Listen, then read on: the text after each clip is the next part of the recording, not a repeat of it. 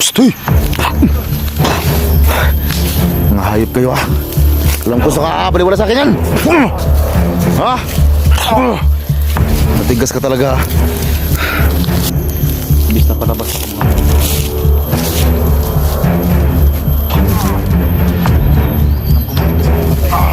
Ha?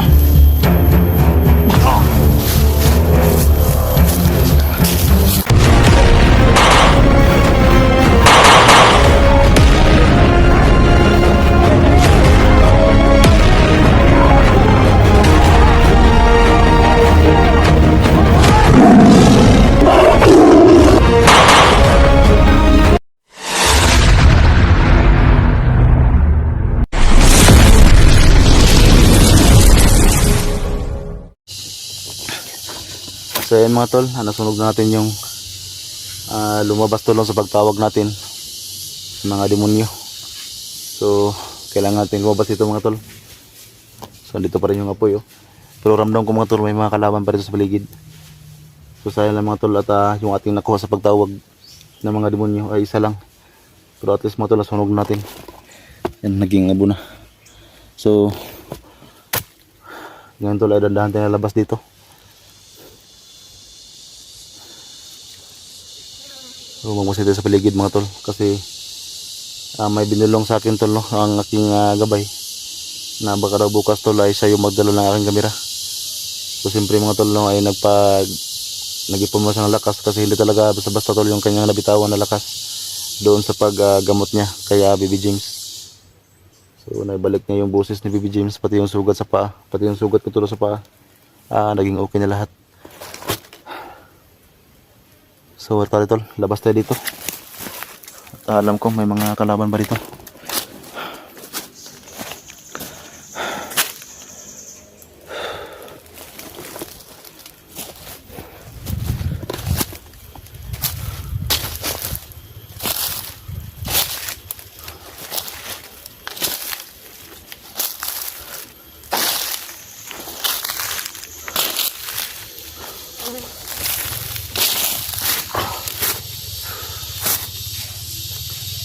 May nalalakad mga tol. May nalalakad.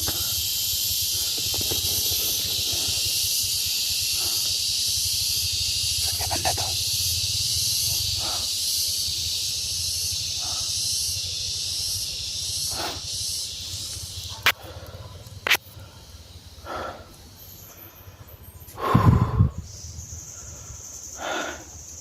May nalalakad talaga.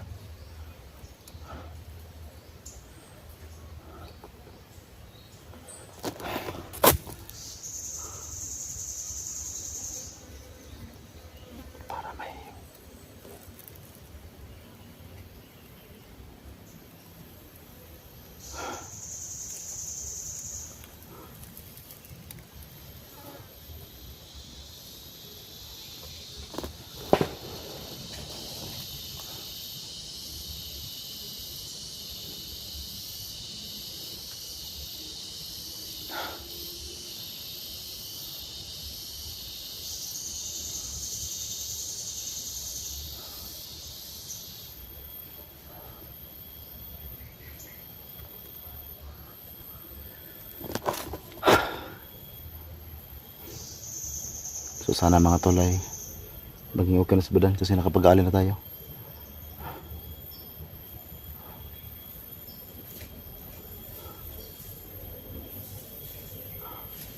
Nalakad mga tol. Kalaban mga tol. Nakabang sa atin.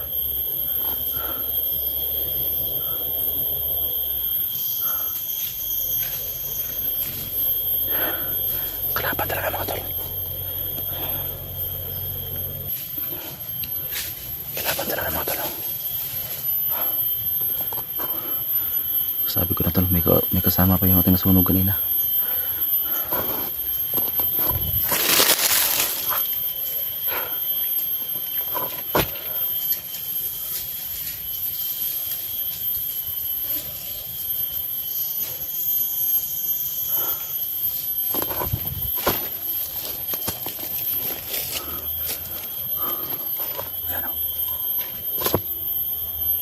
Takot sila sa atin.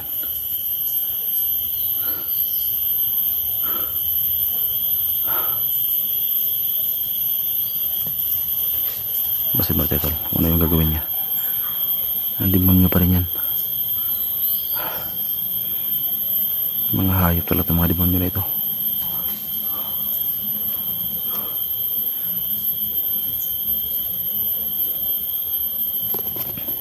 Slimar tayo.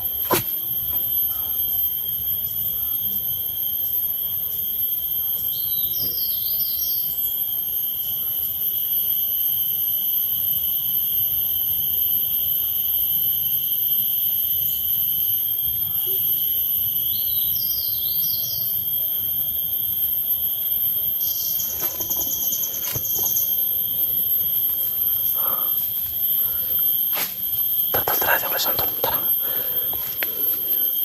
Stoy! Mga hayop kayo ah. Alam ko sa kakabaliwala sa akin yan. Ha? Matigas ka talaga.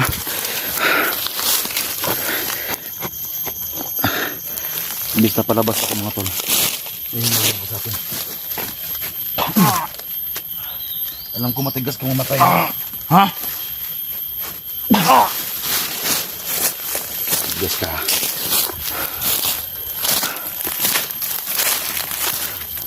Ubusin ko talaga kayo.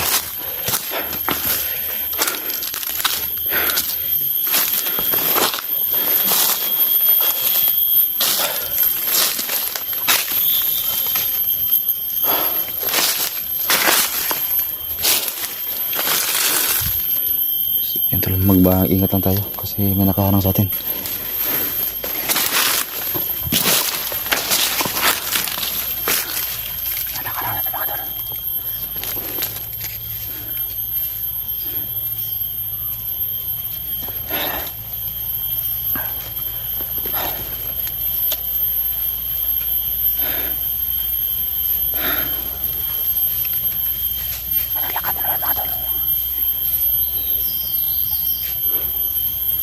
Mabuti mo tuloy hanggang ngayon hindi pa rin ahom niya na yung lakas na binigay sa atin ng aking gabay na anghel.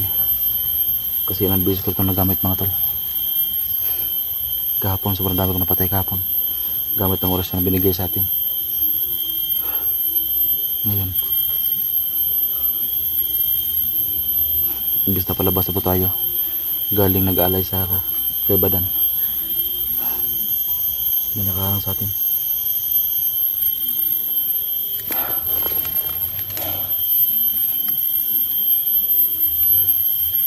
Naglakad kanina parang gumamit ng tagulilong.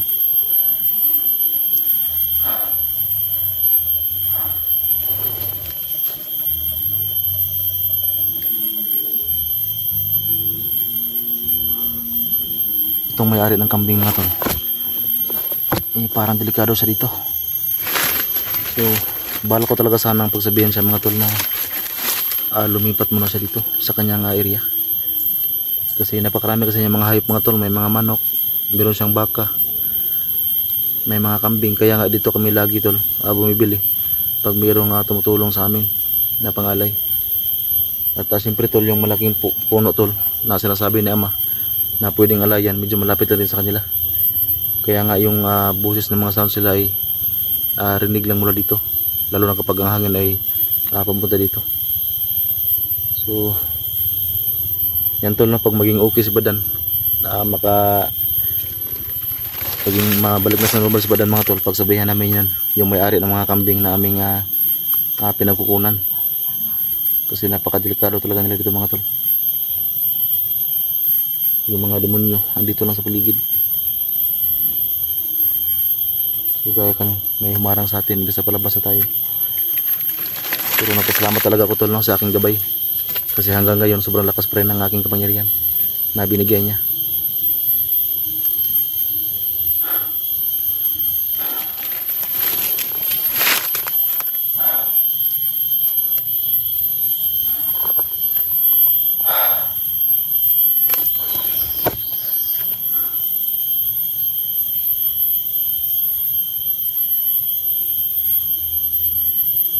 So painggaman natin ito yung area tol. Kasi gumagamit sila ng tagulilong. kailangan nating pag-aralan natin area nito. Kasi si ama kasi mga tol, kailangan ko pang alayin yung sama para makapasok ulit sa akin. Kasi kapante talaga ako mga tol kapag si ama makapasok sa akin kasi, pero andyan naman yung aking anghel mga tol. So pag mayroong mangyari masama sa akin ay hindi naman niya ako kayang tingnan lang. Gaya ngayon mga tol, pinigyan ako ng kapangyarihan. Pero hindi na kasi sa taga dito mga tol eh. Hindi na siya hindi na siya nabubagal dito sa mundo. Kasi yung kanyang tirahan talaga ay sa langit na. Kaya gusto ko talaga mga tol na si ama makapasok din sa akin. Kasi baka darating ang oras mga tol na kukunin yung aking anghel sa ating Diyos Ama. So si ama mga tol ay kailangan ko talagang alayan din para kahit anong oras mga tol ay pwede siya makapasok din sa akin. Yun din kasi ang dahilan mga tol, yung dalawang patay na binuhay niya, yung dalawang bata. So yun ang dahilan talaga kaya siya nanghina din. Hindi na siya makapasok sa katawan ko. Kasi mapagmahal talaga sa bata yung si ama mga tol. Hindi talaga kayang tignan. Pero pag once tol makaalay ako sa kanya ulit, times to tol, yung balik na kakayahan niya. Imbis na yung kanyang buhayin 3 lang, so magiging 6 mga tol. O maging 7 pa. Pero sasabihin ko kay mga tol na kung maaari, hindi mo siya bubuhay ng patay para hindi siya manghina at lagi siya makapasok sa katawan ko. Kasi gaya nung nangyari mga tol, grabe talaga yung panghina ni ama. Kaya bigla siyang nawala sa katawan ko dahil doon sa dalawang bata na patay na binuhay niya.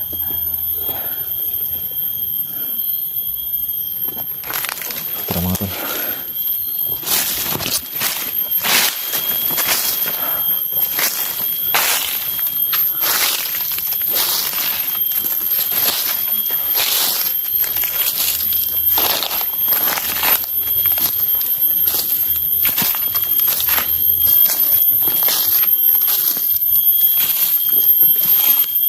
Kalaban tol, ramdam ko may kalaban.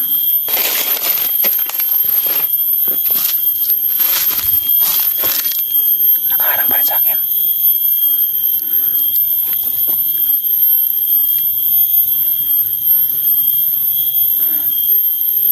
Nasa unahan lang.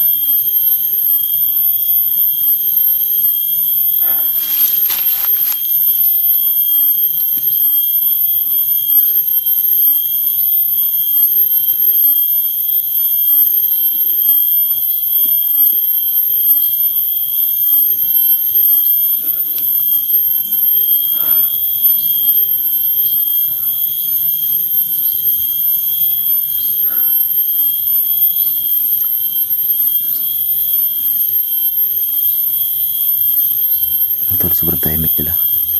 Pero hindi nila alam ito na nakita na natin sila. Yan mga tol. Nasa na nakatayo lang.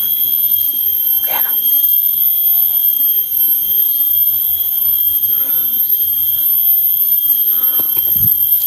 Tara, kapangin natin.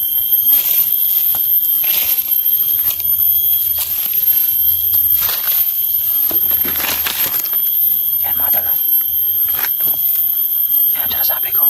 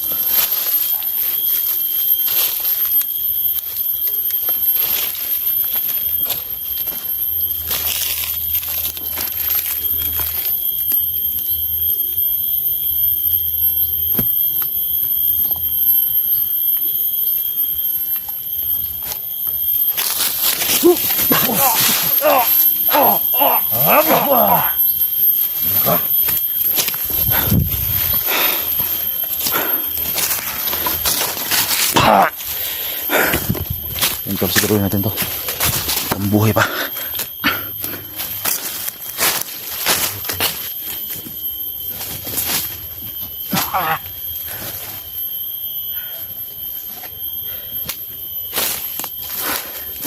Hindi niya mabuhay mga tol.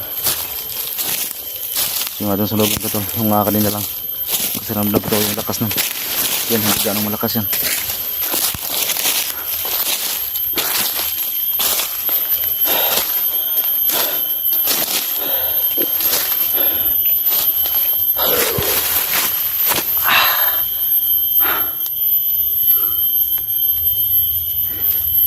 Para matagal na ako to sa paglabas dito. Kasi napakaraming humarang sa atin.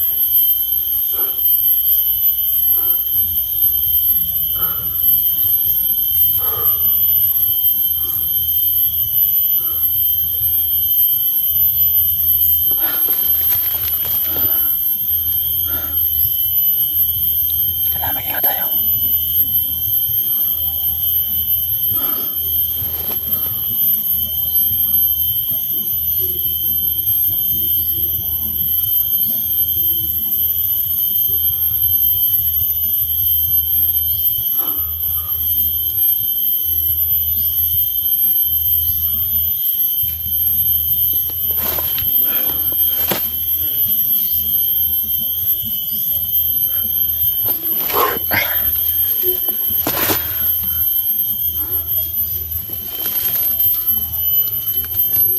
Ito, napakasulok ng lugar na ito.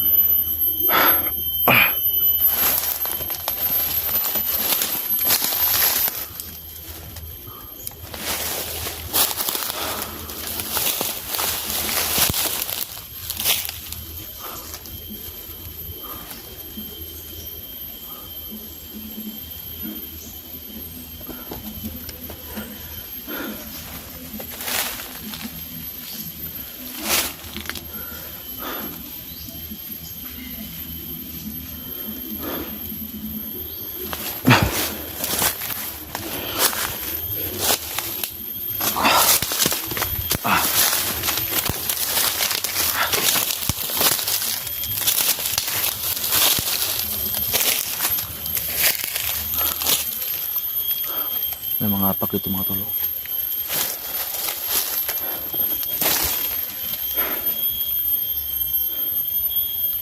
Di malaki ang kutubo mga tol. Sila yung mga dumadaan dito. Yan o. Punta lang sa sulok.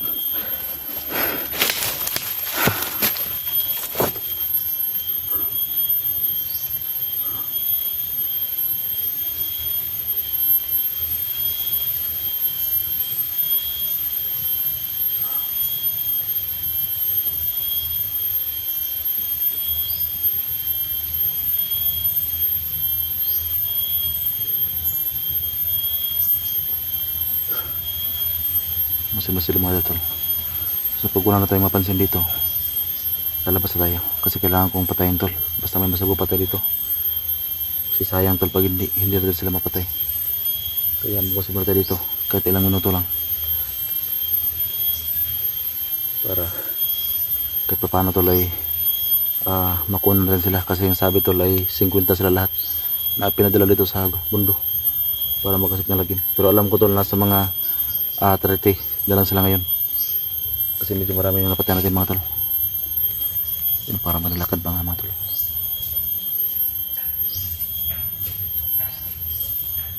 Managlakad.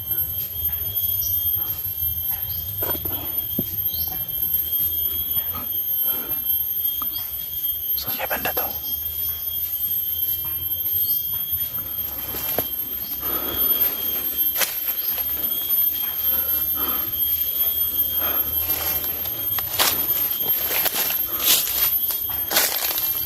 Natumba yung mga damo. Sila yung mga dumadaan dito.